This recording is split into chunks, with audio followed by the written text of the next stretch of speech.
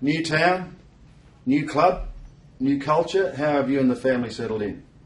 We're really enjoying it. A big move, and we're really just based quite locally, just near the river. And family's going to local primary school. And my children are quite young, 6, 5, and 3.5. And the community is really embracing. You know, all the mums at the school and the kids are immersing themselves in that. So I go home and I'm walking into a happy family. So there was always a concern transitioning your family over, but that's been, you know, on that front, exceptional. And for me personally, Fremantle Football Club, it's like most football clubs, and you know, play group and a strong commercial operations team. And I've really felt, you know, welcomed and wanted, and just working really hard to try and earn some respect and help build the football club. Was it something your family had to mull over, or did they have your full support and you theirs?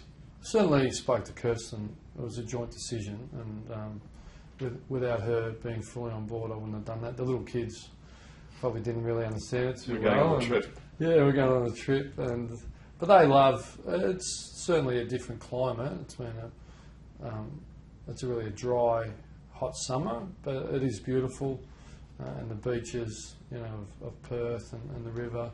For them, it's a real outdoors sort of lifestyle and lots of activity, and they're really enjoying it. When you took on the job, what were your perceptions of the Fremantle Footy Club? Well, I didn't have to. I knew they'd made a stand about 4 years ago where they wanted to take the direction of their list, and they'd played finals 1 year in, you know, the last 5 or whatever. So I didn't know an enormous amount, to be frank. I knew enough through a presentation where they were at, where they'd been, their vision for themselves, and where they were trying to go. So certainly there was enough there to sort of you know, get me here. But since I've been through the door, you really understand how big Australian rules football is in Perth is, and the passion, particularly Fremantle, is really has its roots in working class Western Australia, specifically Fremantle, a port, a working functional port, and you know, the East Fremantle and South Fremantle football clubs have strong links, and so there's a real passion in the area.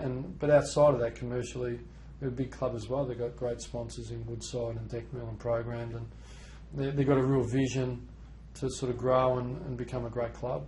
How different is a 2-team town to a 10-team town like Melbourne?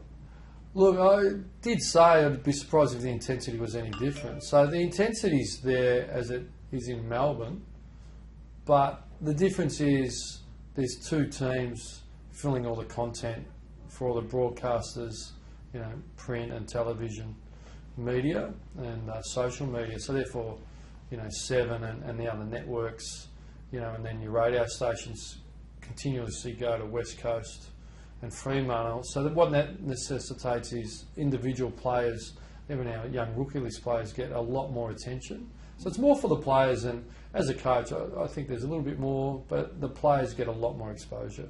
I don't want to dwell on your departure, but it was intriguing. Can you understand that, obviously, and we all know the passion in the game, but can you understand that some St Kilda supporters would be struggling still to come to grips with the idea that he's gone and that's the way he went? Yeah, it's interesting. I understand the interest, and there's going to be a lot of interest this weekend. But I think it'd be fair to say they've moved on. You know, and all parties are happy, and they're getting some great results out of their football team at the moment.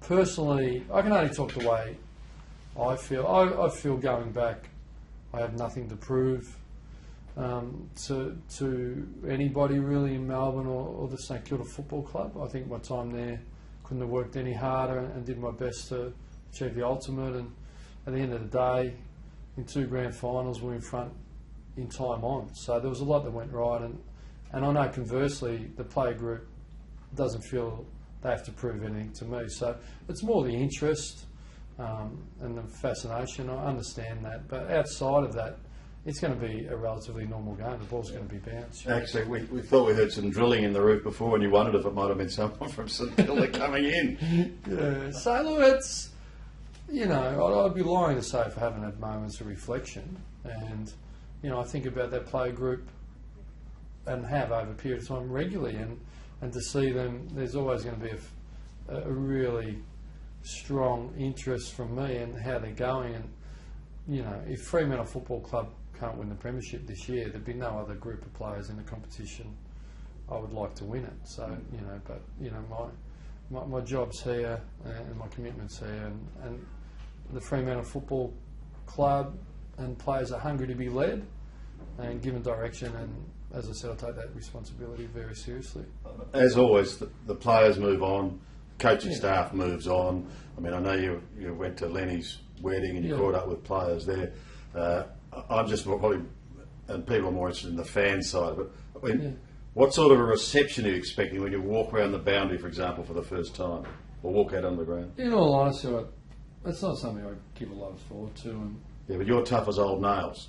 Well, that's going to stand me in pretty good stead, I think. I think, who knows?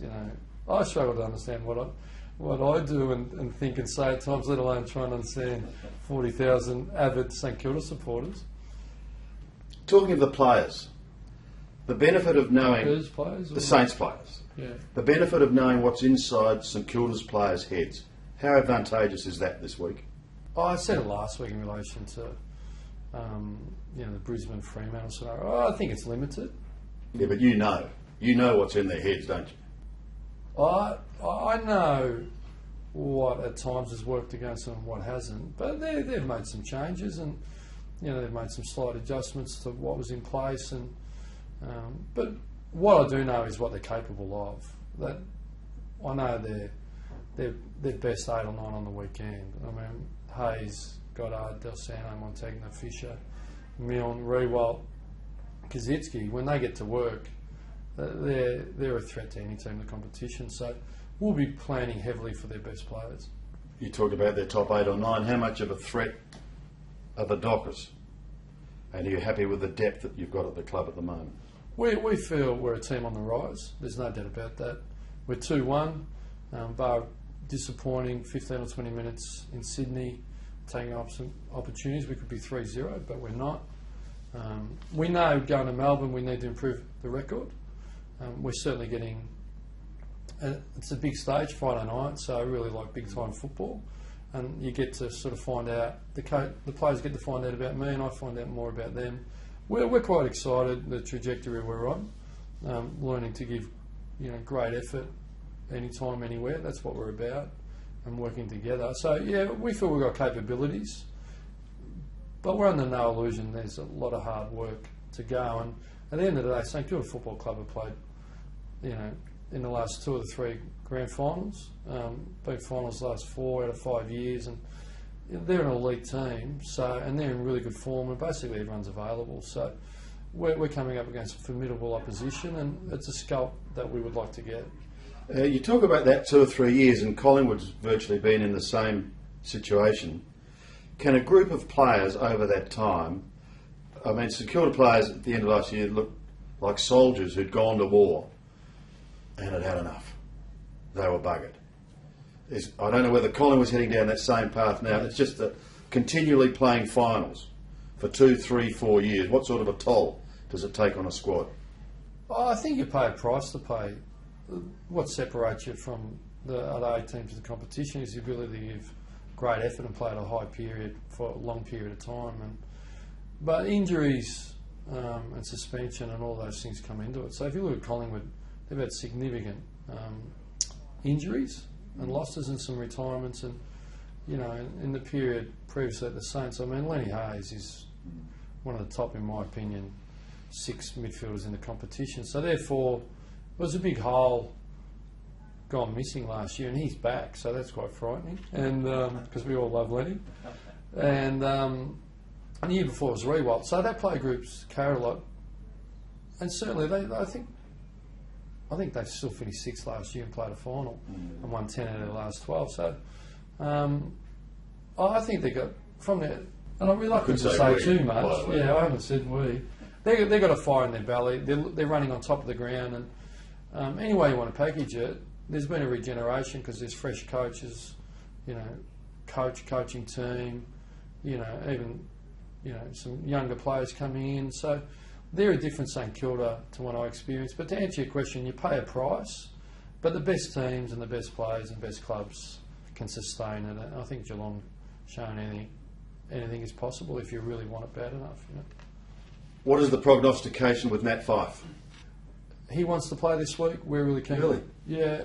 At the end of the day, it was a slight sublux, which, there's been some really front and centre cases that, Ty Canali and those sort of players that, you have your slight sublux and they go back in and you can actually play out the year and you get them fixed at the end of the year. So, but we're really on record. We've spoken to Nathan's parents and Nathan, and we've had the scans and spoken to a surgeon here.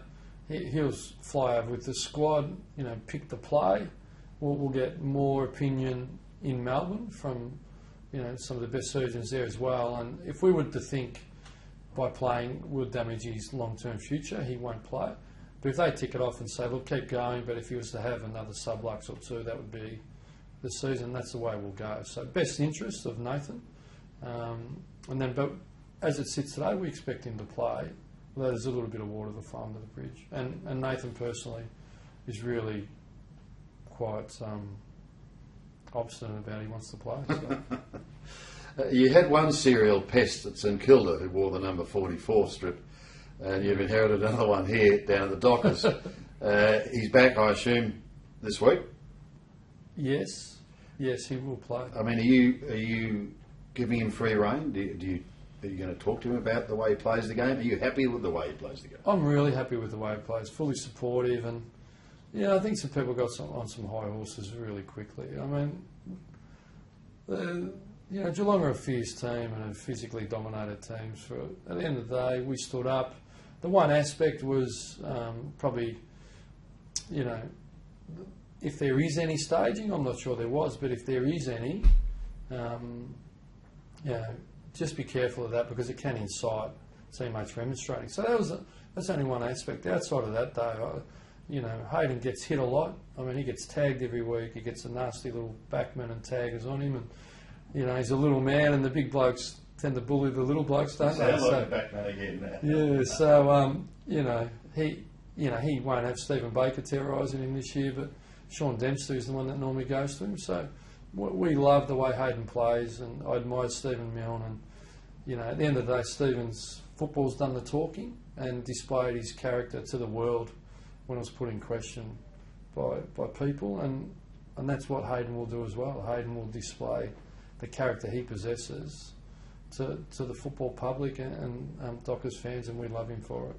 I know you've got your own agenda here at Fremantle, but do you spare a thought for someone like a Mark Neal at the moment who's really gone through, and the club has gone through 2 months of hell? Yeah, I certainly texted Mark, as a number of other senior coaches did, and I was really thrilled that he brought rigour to accusations and held people to account, I thought, and just some simple advice to continue to be yourself, because it's really difficult coaching AFL club, a first year coach, and certainly when we would have played each other it would be fierce and those sort of things, but at some point we all need, I've been there, and 07 was a really tough period for me when I didn't get it right at the Saints, and the media, and you're inexperienced with the media, and you learn pretty quickly, but until you feel it and you do it yourself, and I'm sure he'll blossom and get through, so just be true to yourself and you'll be fine. Ross, it was rumoured in closing that you were seen going into a party hire shop asking about disguises for the weekend on hire. No truth in that? Well, I was sort of getting some black vans, One Direction type, and just a bit of security, so that'd be fine. Mate, thanks for your time and good luck. Thanks, Sandy.